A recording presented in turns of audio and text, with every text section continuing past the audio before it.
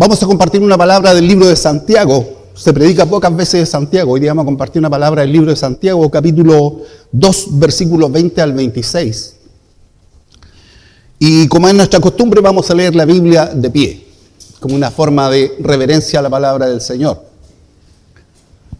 Santiago 2, del 20 al 26. Dice así la Biblia: ¿Mas quieres saber, hombre vano, que la fe sin obra es muerta?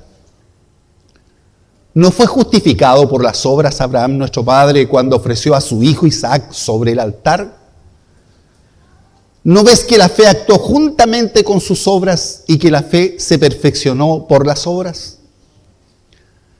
Y se cumplió la escritura que dice: Abraham creyó a Dios y le fue contado por justicia y fue llamado amigo de Dios.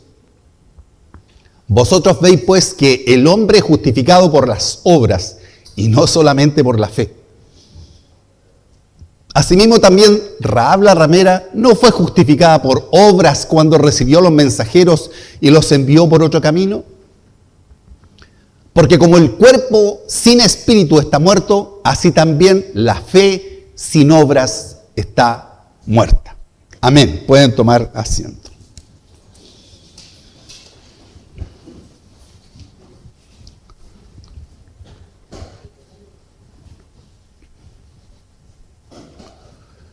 Mira, esta declaración en la historia de la iglesia causó un revuelo tan grande, pero tan grande, que en el año 1522 Martín Lutero, el fundador del movimiento protestante, declaró que Santiago era una epístola correcta, pero era una epístola llena de paja, dijo.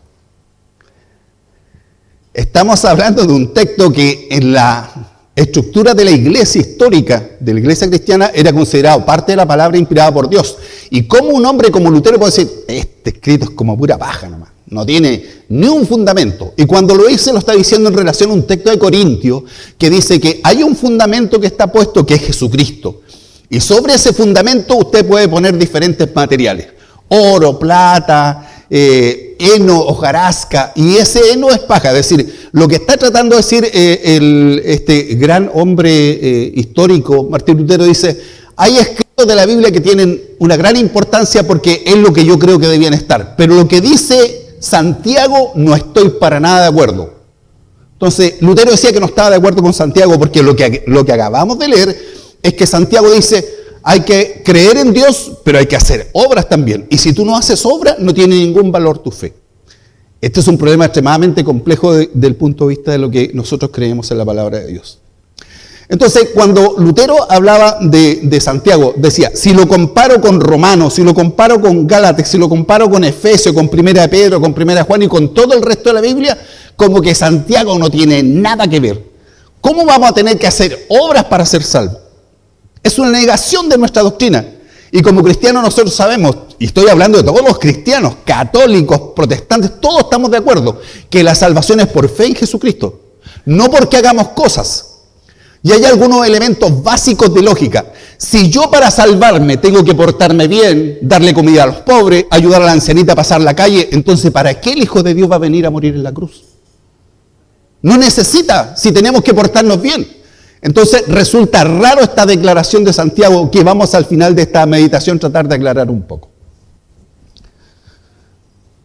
Cuando se da este hecho de que Lutero como que no entiende muy bien hacia dónde va Santiago, algunos exagerados, cuando a mí me lo enseñaron en el Instituto Bíblico, que me quedé muy impresionado, porque decían que Lutero estaba tan enojado con la epístola de Santiago que cuando le iba leyendo en una oportunidad arrancó de la Biblia la epístola de Santiago y la tiró al río Rin, en Alemania. Dijo: no, esta cuestión no sirve para nada. La verdad es que Lutero no tenía claro que lo que está diciendo Santiago es una verdad muy profunda que tiene que ver con la fe cristiana. Y nos vamos a referir un poco a eso hoy día. Cuando el libro de Santiago habla de esto en el versículo 21, queda en evidencia que es un lenguaje en que un maestro como Santiago, que fue hermano de Jesús, le está dedicando a un mundo que es el mundo judío. No fue justificado por las obras Abraham, nuestro padre, cuando ofreció a su hijo Isaac sobre el altar. Él le está recordando que en alguna oportunidad Dios probó a Abraham y le dijo: sacrifica a tu hijo, a Isaac. Y dice la Biblia que este hombre, en una cosa extremadamente extraña, llevó a su hijo hasta el monte Moría, que actualmente está en Jerusalén, donde está la cúpula dorada, y hay una mezquita en vez de haber el templo de Salomón. En ese lugar entonces fue Abraham a sacrificar a Isaac. Y dice entonces, el libro de Santiago dice, se dan cuenta que al actuar se justificó Abraham.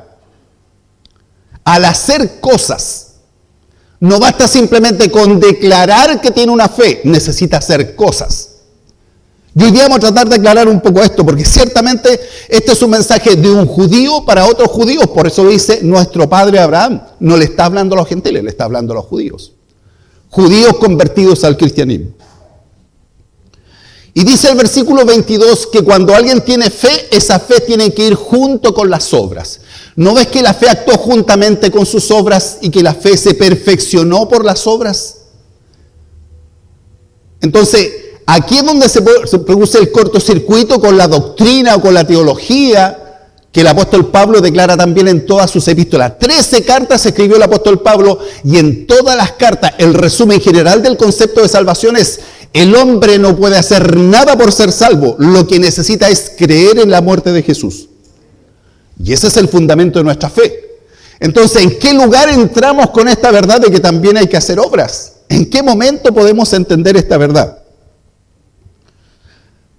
Cuando pensamos que Abraham, si la entendiéramos como la entendió mal Lutero, que decimos que Abraham fue justificado porque sacrificó a su hijo, entonces hay textos que demuestran que la fe de Abraham era mucho antes del sacrificio de Isaac, su hijo.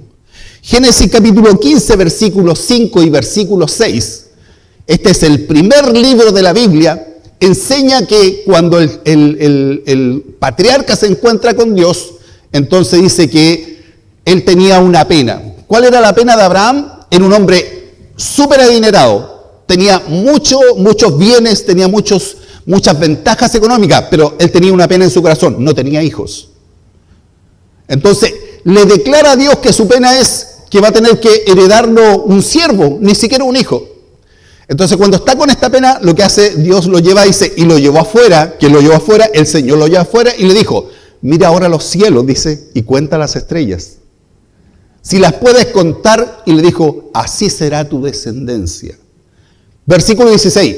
¿Y qué dice la Biblia? Y creyó a Jehová y le fue contado por justicia. Todavía no tenía hijos.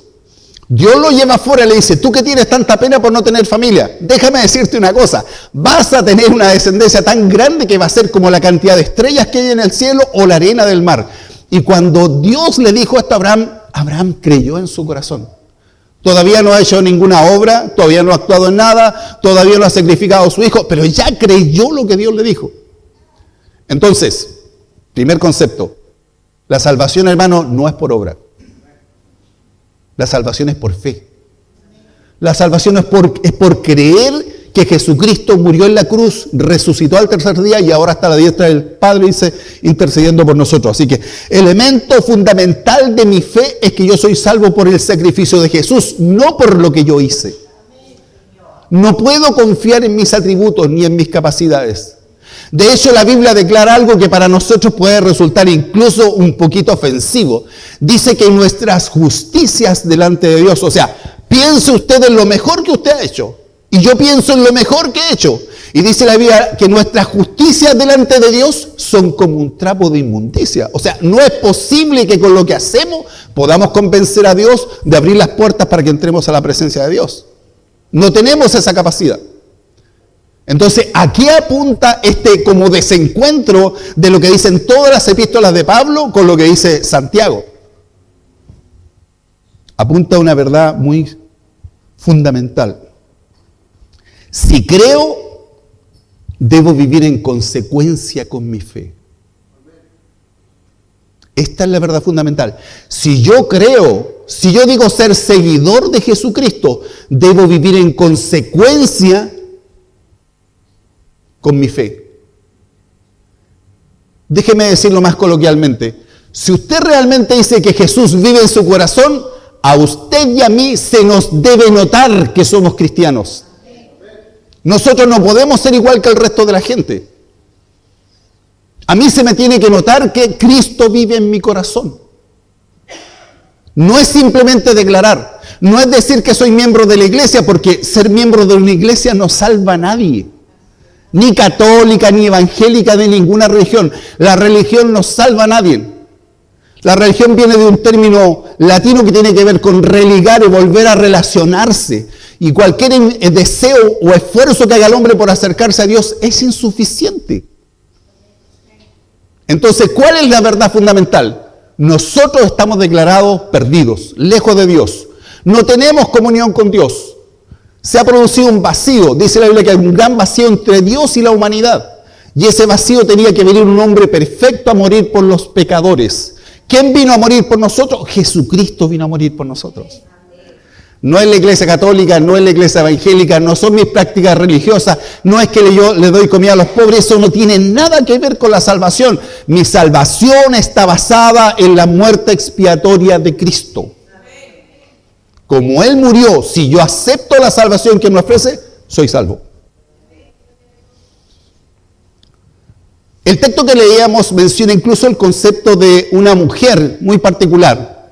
Cuando leíamos el versículo 25 del libro de Santiago, que estábamos en capítulo 2, versículo 25, si lo podemos volver a poner, dice: asimismo también Rahab la ramera no fue justificada por obras cuando recibió los mensajeros y los envió por otro camino. Bueno, para contextualizar un poquitito esta expresión aquí, lo que trata de decir Santiago, pero observen, Israel viene a conquistar Canaán. La primera ciudad que tienen que derrotar es Jericó.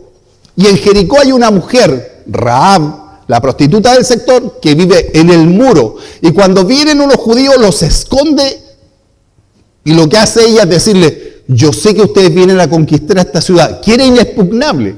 Y sé que el Dios que ustedes tienen es poderoso. Por lo tanto, les voy a pedir una cosa: yo los voy a esconder. Pero cuando ustedes ataquen a esta ciudad sea destruida, entonces tengan misericordia de mi familia. Lo único que les pido, tengan piedad de mí, de mi papá, de mi mamá, de mis hermanos, de mis sobrinos.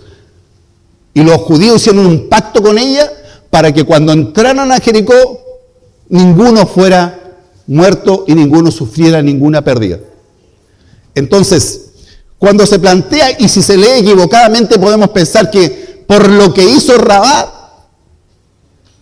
Dios perdonó su vida y su familia. Pero sabe, Rahab ya tenía una fe formada en su corazón. Ella estaba en una ciudad amurallada. Dice que los muros eran tan grandes que fabricaban casas en los muros de la ciudad. Y sin embargo, en esa comodidad, con un pueblo que está afuera, que todavía no ha ganado nada, ella dice: este pueblo viene con un Dios tan poderoso que de lo que yo veo no va a quedar nada. Porque ellos vienen con el Dios de dioses y Señor de señores. Es decir, Rahab tenía una fe en el Dios de Israel. Entonces siempre la fe es previa a las obras. Pero no basta con la fe. No basta con la fe. Si yo soy un creyente, lo que debe suceder es que mi fe debe tener consecuencias. Entonces, tratemos de entender un poco el desacuerdo. La doctrina del apóstol Pablo es: la salvación es por gracia, por medio de la fe. No hay que hacer nada. Santiago dice: pero la fe sin obra es muerta. ¿Qué quiere decir Santiago? Santiago no está diciendo que la gente se salve por hacer cosas. Lo que está diciendo Santiago es: si alguien tiene fe y alguien declara que Cristo vive en su corazón y que se ha convertido al cristianismo, debe producir obras que la gente observe. Su vida no es igual, su conducta no es igual, su relación con los demás no es igual, su perspectiva de vida no es igual, sus prioridades no son iguales, su carácter no es igual. Debe haber un cambio. La fe sin obra es muerta, dice Santiago. Cuando miramos el contexto, entonces debemos entender hacia dónde apunta la epístola de Santiago. Cuando Santiago está hablando, si nosotros pudiéramos ir a hablar con él, esto lo enseñamos en las clases, si pudiéramos viajar en el tiempo, como aparece en las películas que se viaja, en el DeLorean, en estas películas Volver al Futuro. Si agarramos el auto, nos vamos allá y vamos a entrevistar, venimos a la CNN, Santiago, a saludarte, queremos preguntarte porque hay un problema enorme en el siglo XXI con lo que declaraste. ¿Y cuál es el problema? No, es que tú dijiste que la fe sin obra es muerta, pues entonces la gente está diciendo que si no hace obra no puede ser salvo. ¿Qué diría Santiago? Diría, no, pero nada que ver, pues ustedes entendieron mal la cuestión. No es lo que yo dije. Bueno, pero ¿qué es lo que quisiste decir, Santiago?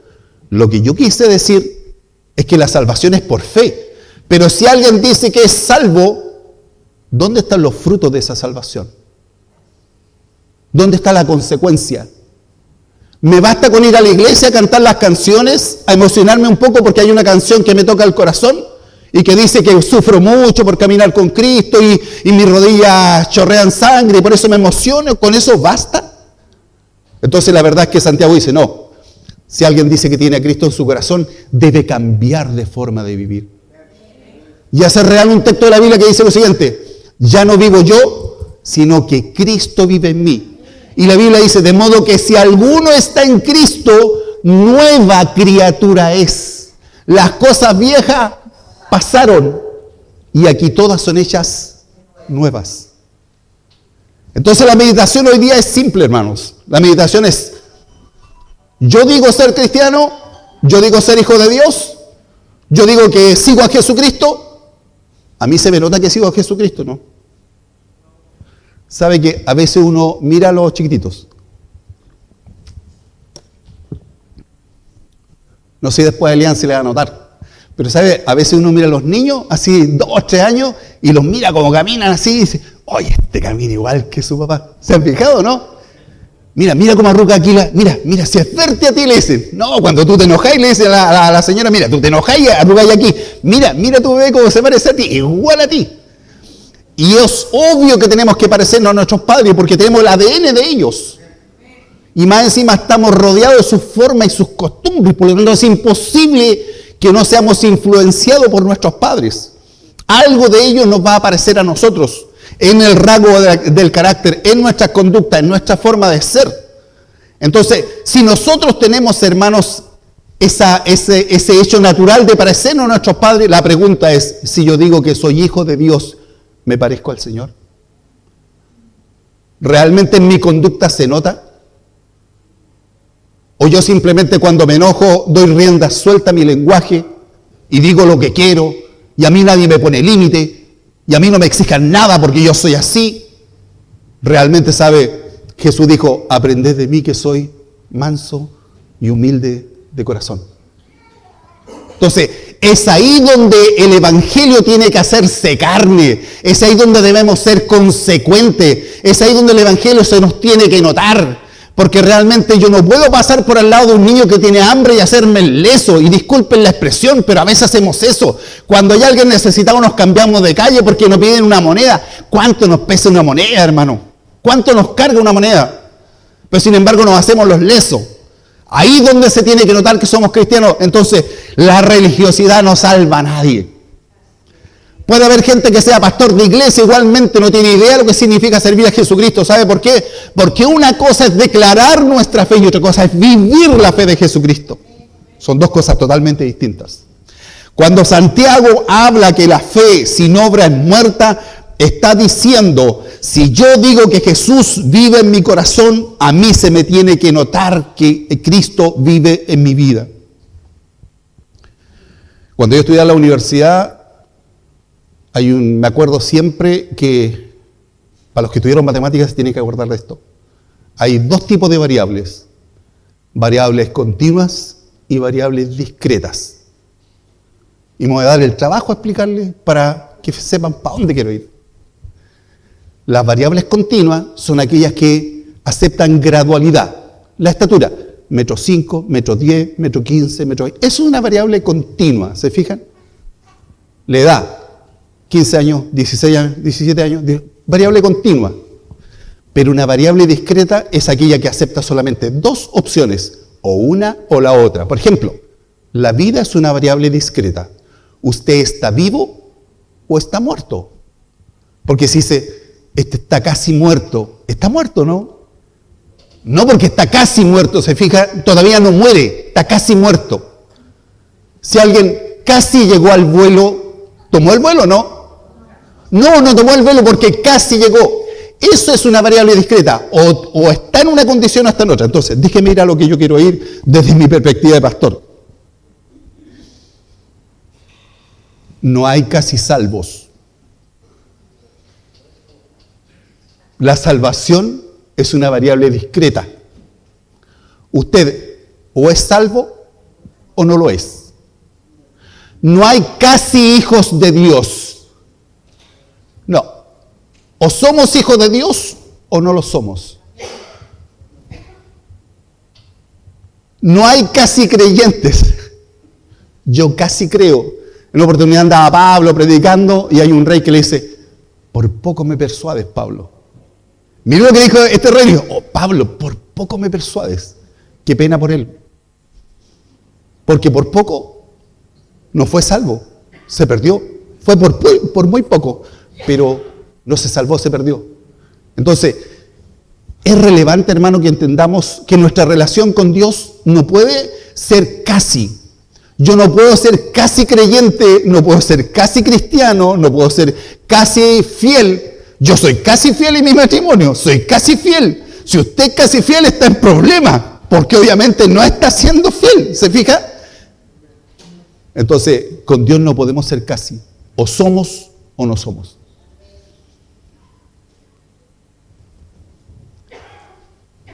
Se nota mi fe cuando alguien observa mi vida, cuando alguien conversa conmigo, puede notar realmente qué es lo que pasa con mi relación con Dios. Se nota mi fe, mi compromiso. Yo en mi panorama, en mi proyecto de vida, tengo como elemento central mi fe en el Señor. Siempre que salgo de mi casa digo, Señor, que todo lo que hoy día haga, tú me dirijas. Me doy ese tiempo. Cuando yo voy a iniciar un desarrollo, un proyecto, una idea, siempre tengo presente consultar al Señor. Señor, ¿será tu propósito? O simplemente me lanzo a la vida y después digo, pastor, estoy tan probado porque esto no resulta. Pero nunca le hemos preguntado a Dios si realmente era la voluntad de Dios. Cuando quiero proyectar algo en mi futuro, ¿tengo presente de qué manera eso va a afectar mi vida cristiana? Los que tienen por delante prepararse para una carrera profesional, cuando están pensando en estudiar, en desarrollarse, nuestros jóvenes, ¿están pensando en qué? ¿Están pensando cuánto rédito económico tiene una carrera? ¿Están pensando en cuánto dinero me va a caer a la cuenta corriente con lo que estudio? ¿O estoy pensando si esa carrera de alguna manera me va a permitir extenderle la mano a alguien? ¿Se fija que la perspectiva es distinta? Porque cuando Cristo está en mi corazón, yo voy a estar preocupado de ver cómo siembro, cómo ayudo, cómo alcanzo, cómo bendigo a otro, cómo levanto al caído, cómo consuelo a alguien. Porque si alguien me dice que quiere estudiar psicología porque se va a llenar los bolsillos de plata, primero está equivocado porque los psicólogos no ganan tanta plata. Y segundo, de alguna manera, eso no es un norte. Pero si alguien me dice que quiero estudiar psicología, pastor, porque siento que puedo ayudar a mucha gente que tiene tristeza, que a veces no sabe si quiere seguir con su vida y yo quiero ser un elemento que ayude a las personas. Qué lindo pensamiento, hermanos. Qué lindo pensamiento. Por eso Santiago decía, ¿se les nota o no se les nota? ¿Realmente ustedes pueden dar testimonio que el Señor vive en ustedes? Entonces, esta es una situación compleja, porque Dios demanda de nosotros lo que Él ya nos dio. Dios no es que casi vino a salvarnos. Jesús no es que casi murió en la cruz. No es que casi deja el cielo. Hoy Jesús casi estuvo a punto de ir a salvar a la humanidad, pero me arrepentí porque son tan pecadores que me quiero ir a salvar. Casi lo salvé. Tuve la intención de salvarlo, pero después como que me arrepentí. No. Jesús vino a dar su vida por nosotros y murió en la cruz y fue golpeado por nuestros pecados. ¿Sabe que cuando porque hay una oportunidad en que nosotros recordamos el sacrificio de Cristo, que es en la fecha de Semana Santa, cuando pasan las películas del Jesús que sufre y que miramos para el lado cuando lo están golpeando? Hermano, nada de lo que muestran las películas realmente representa el sufrimiento de Jesús. Es imposible que nosotros podamos entender el sufrimiento de Cristo. Y Él se dio entero por amor a nosotros. Cuando nosotros estábamos, dice un texto del libro de Salmo, dice que cuando estábamos en el lodo cenagoso, Él fue a buscarnos, arriesgando su santidad y nos sacó, nos lavó, nos puso sobre roca. nos hizo sonreír de nuevo, nos dio un cántico nuevo, cambió nuestra vida. ¿Y cuántos de nosotros hemos experimentado eso? Pero, hermano, lo que no puede pasar es que nosotros creamos que podemos casi seguir al Señor, casi ser fieles, casi obedecer, casi creer en la Biblia, casi. Porque el que es casi cristiano, no es cristiano. El que casi sigue a Jesús, no lo está siguiendo realmente. Santiago dice, ¿creen ustedes? ¿Dicen tener a Jesús en el corazón? Quiero que me muestren a través de sus hechos eso que ustedes declaran. Porque la fe sin obra es muerta.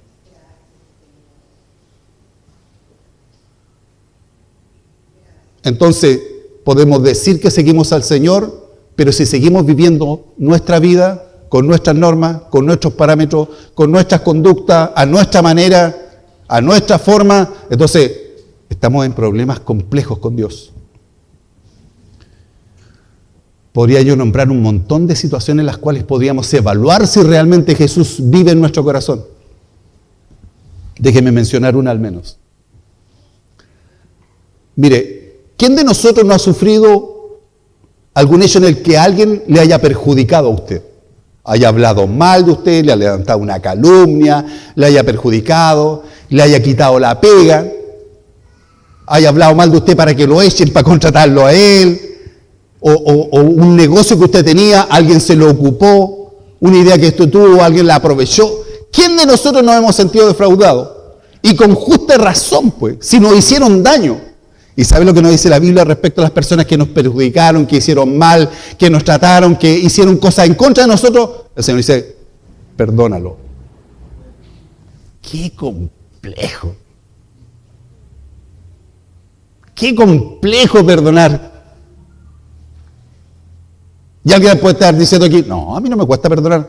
Mire, hasta yo he pensado que no me cuesta perdonar. Hace un par de años atrás yo prediqué aquí un sermón sobre el perdón. Y en la semana fui al consultorio y me encontré con una persona que había hablado muy mal de mí, de mi familia, de mi mamá. Pero yo había predicado el domingo del perdón. Y voy entrando a mi consultorio a buscar mi remedio y me encuentro con esta persona que se acerca y dice, pastor, quiero conversar con usted. ¿Y sabe lo que dije yo? Ay, por favor, no quiero hablar con esta hermana. Y traté de irme controlado y me dice, no, pero por favor, quiero hablar con usted. Y yo le digo, pero hermana, la verdad que no es el lugar. No, es que yo he hablado muy mal de usted, le levanté tantas calumnias y quiero que me perdone. Y estaba la gente entrando y saliendo. Y decía, oh, trágame tierra, mira la conversación que tenemos aquí en la entrada del consultorio. Entonces, cuando me dice, yo creo que me perdone, entonces, comodín. ¿Cuál es el comodín? Yo no soy quien para perdonar. Es el comodín que tenemos, pues. Yo no soy quien para perdonar. Pamplina, lo que pasa es que yo no quiero perdonarla. Entonces le digo, yo no soy quien para perdonar. Entonces dice, no, pero es que yo creo que usted me perdone porque lo que hice lo hice muy mal. Yo le dije, coloquémonos un poquito más allá, conversemos. Pero ¿sabe? Cuando me fui a conversar con ella, mire, yo no sé si usted se ha encontrado con alguien que de repente le toma el brazo y yo sentí que alguien me tomó el brazo como diciendo, hey, acuérdate de lo que predicabas el domingo. ¿Te acuerdas que tú dijiste que había que perdonar? Fue tan real, hermanos, como si alguien me tomara el brazo y me llamara a recordar lo que había estado diciendo desde la boca para afuera. Ahora, si estoy aquí predicando la palabra, no le puedo mentir. Si usted me pregunta, ese día que yo prediqué el perdón, prediqué y dije que yo había perdonado, ¿lo dije de corazón? Lo dije con todo mi corazón. Yo estaba convencido que había perdonado. Pero cuando me encuentro con esta hermanita, me di cuenta que había sido de aquí para afuera. Pero en mi corazón todavía está esa herida. Entonces, cuando el Espíritu Santo me confronta con mi realidad de alguien que solo habla de la fe, pero que no la practica, entonces me quedé sin herramientas. Y me sentí tan mal. Porque realmente no era consecuente. No estaba practicando lo que decía Santiago. ¿Tú eres hijo de Dios? ¿De verdad que eres hijo de Dios? ¿Cuánto perdonó el Señor? Mire, cuando Jesús está en la cruz, totalmente destruido físicamente, dice varias frases pero hay una que es inevitable mencionarla en este momento. Dice, Padre, están ahí todos los que lo clavaron a la cruz, están los que lo escupieron, los que lo maltrataron, los que lo levantaron. ¿Y qué dice Jesús de ellos? Dice, Padre, perdónalos, porque no saben lo que hacen. Padre, perdónalos porque no saben lo que hacen. Para terminar mi arrancada de solo Dios perdona, sentí que en ese momento yo tenía dos opciones. O seguía siendo un hipócrita o tomaba victoria. Y le dije a esa hermana, ¿sabe, hermana? Entiendo que lo que usted dice es verdad. Y si usted quiere que yo la perdono de todo corazón. Le envío cariño a su esposo, a sus hijitos, a sus nietos. Espero que Dios les bendiga. Y pude romper esa atadura de mi corazón. Pero sabe, hermano, la Biblia me exige este tipo de realidades. Me exige que yo sea consecuente con lo que estoy diciendo. Me exige que si yo digo que sigo a Jesús, a mí se me tiene que notar. Oh, mira el chiquitito camina igual que Jesús. Mira, tiene los mismos gestos. Mira cómo arruga la frente igual que Jesús. Eso debieran decir de nosotros. Eso debieran decir de nosotros. Debiera notársenos, hermanos, realmente la presencia de Dios en nuestras vidas.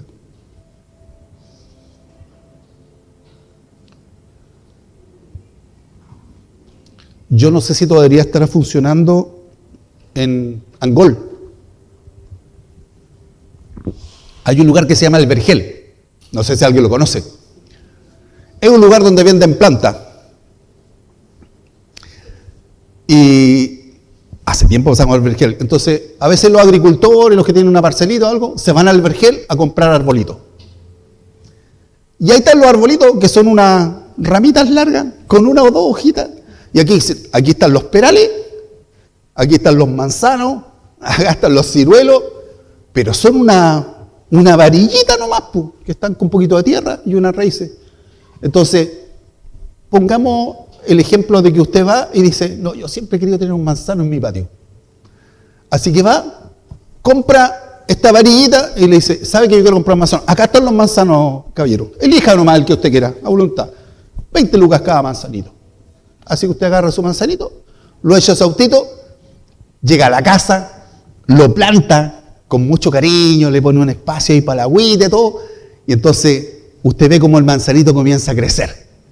Y era una ramita chiquitita, y después pasa a 70 centímetros, 80 centímetros, 90 centímetros, comienza a ser un poquito más grueso, y comienzan a salir hojitas, y pasan un año, pasan 2 años, y ya tiene más hojitas, y más hojitas, pero nunca aparecieron las manzanas.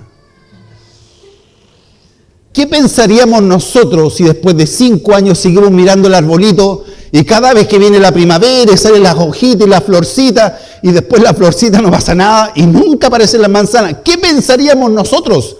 Lo primero que vamos a pensar es, me estafaron. Me dijeron que era manzano. Pero ¿por qué yo puedo después de 5 o 6 años tener la certeza que no es manzano? Porque no tiene frutos. Claro, si los frutos son la muestra del tipo de árbol que es. Entonces, hermano, ¿cuántos de nosotros estamos con hojita nomás y ramita? Pero yo nunca he perdonado. No, mi hija, no quiero verla en mi casa. Después de cómo me trató, no la quiero más aquí. No quiero verla. No, mi primo, mira, no, cómo fue. No, con ese yo le hice la cruz. Como si, no sé por qué le hacen la cruz. Pero no, se le hice la cruz. Oye, pero invitémoslo, si es el cumpleaños del abuelo. No. Si él va, yo no voy. Le hicimos la cruz. ¿Se fija? En cuántas más cosas, hermanos, nosotros de repente no nos parecemos al Señor. No nos parecemos a Jesús. No tenemos una actitud que realmente demuestre que en nuestro corazón habita el Señor. Tantas variables que podíamos medir: nuestro compromiso, nuestro perdón, nuestra humildad, nuestra comunión, nuestro trato con la familia, nuestro trato con los vecinos, mi trabajo. En mi trabajo me lo paso orando. Termino con esto porque si no puedo seguir muy largo. Mi mamá me contaba de un trabajador que tenían en Asmar, carpintero de Rivera. En ese tiempo existían los carpinteros, no sé si ahora existirán en Asmar. Y hacía los muebles, los barcos. Y este hermano entonces de repente llegaba el suboficial a pedirle, mi sargento, vengo a buscar el closet de la fragata William, que hay que instalarlo. Oh, mi suboficial, ¿sabes qué? Es que lo que pasa es que en la mañana me arrodillé, soy cristiano yo. Entonces antes de empezar mi labor me arrodillé al Señor. Y me tomó el Señor, mi suboficial. Oh. Desde las 8 a las 11 me acabo de levantar de la oración. No alcancé a hacer nada de la fragata William, porque me tomó el Señor. ¿Qué es eso, hermano? ¿Qué es eso? Si él es cristiano, debiera ser el mejor trabajador de todos los demás.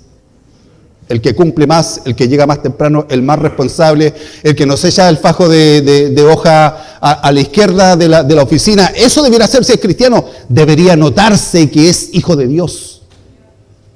¿Se nos nota? Cuando me peleo con el esposo, ¿se me nota que soy hija del Señor? Cuando me peleo con el esposo. Dice la Biblia que el que conoce a Jesucristo está crucificado con Cristo. Ya no vivo yo, dice, sino que Cristo vive en mí. Entonces, si estamos crucificados con Cristo, de repente uno ve a algunos creyentes que se descrucifican un rato, le gritan unas cosas a la señora y después se vuelven a crucificar de nuevo. ¿Se fijan? Y eso no puede ser, porque evidentemente, permanentemente tenemos que tener una conducta ética de acuerdo a la palabra del Señor. ¿Cuál es mi norte? ¿Cuál es el rol de Dios en mi vida? Realmente para mí Él es lo más importante. Con Él empiezo el día, con Él termino el día. Estoy consciente que todo lo que tengo ha venido de las manos del Señor. Estoy consciente que la vida que tengo es su misericordia. Estoy consciente que Dios nos rescató a nosotros. Mire, la mayoría de los que estamos aquí somos sobrevivientes del 8.8 que tuvimos en Chile. La mayoría de nosotros somos sobrevivientes. ¿Sabe por qué tenemos vida y sobrevivimos a eso? Por la misericordia de Dios. Y 8.8, no los terremotos rasca que tienen en otras partes. 6.5 y terremoto. Perdón, verdad que estamos grabando, ojalá que no lo vea ningún hermano a otro lado. Pero si tenemos vida en misericordia de Dios, hermano, cuando usted tenga a su nieto o su nieta en brazo, júntelo a usted y diga, gracias Señor. Gracias Señor que tengo a mi nietecito, a mi nieta. Gracias porque lo veo crecer. Cuando los chiquillos vean sus resultados, digan, bien Señor, gracias porque me ayudaste. Cuando usted le diga, sí, eran como 200 los postulantes, pero mire qué raro, lo eligieron a usted. Diga, gracias Señor. Diga, gracias Señor. Y cuando esté en la prueba y en la dificultad y en la necesidad, siga diciendo, gracias Señor. Porque mi vida depende de ti, mi alimento depende de ti, mi comida, mi familia, todo depende de ti. Que se nos note que somos hijos de Dios, que se nos note, pero que no seamos como agentes secretos del cristianismo. Nadie sabe que somos porque vivimos igual que el mundo. Vivimos una vida donde no tenemos ninguna diferencia con la gente que no conoce al Señor. Que Dios tenga misericordia de nosotros. Señor, enséñanos, Señor, a vivir de acuerdo a tus parámetros. Esperamos que los que están de visita quieran volver después de esta palabra. Corro el riesgo. Pero prefiero siempre aquí, y los que predicamos aquí, decir lo que dice la palabra, lo que dice la Biblia. No basta con que sea casi creyente. Busque a Dios de verdad. Camine con Dios. Busque al Señor de verdad. Diga, Señor, necesito tu presencia en mi vida. Y necesito que tú pongas los parámetros por donde debo caminar. Incline su rostro, tengamos un momento de oración.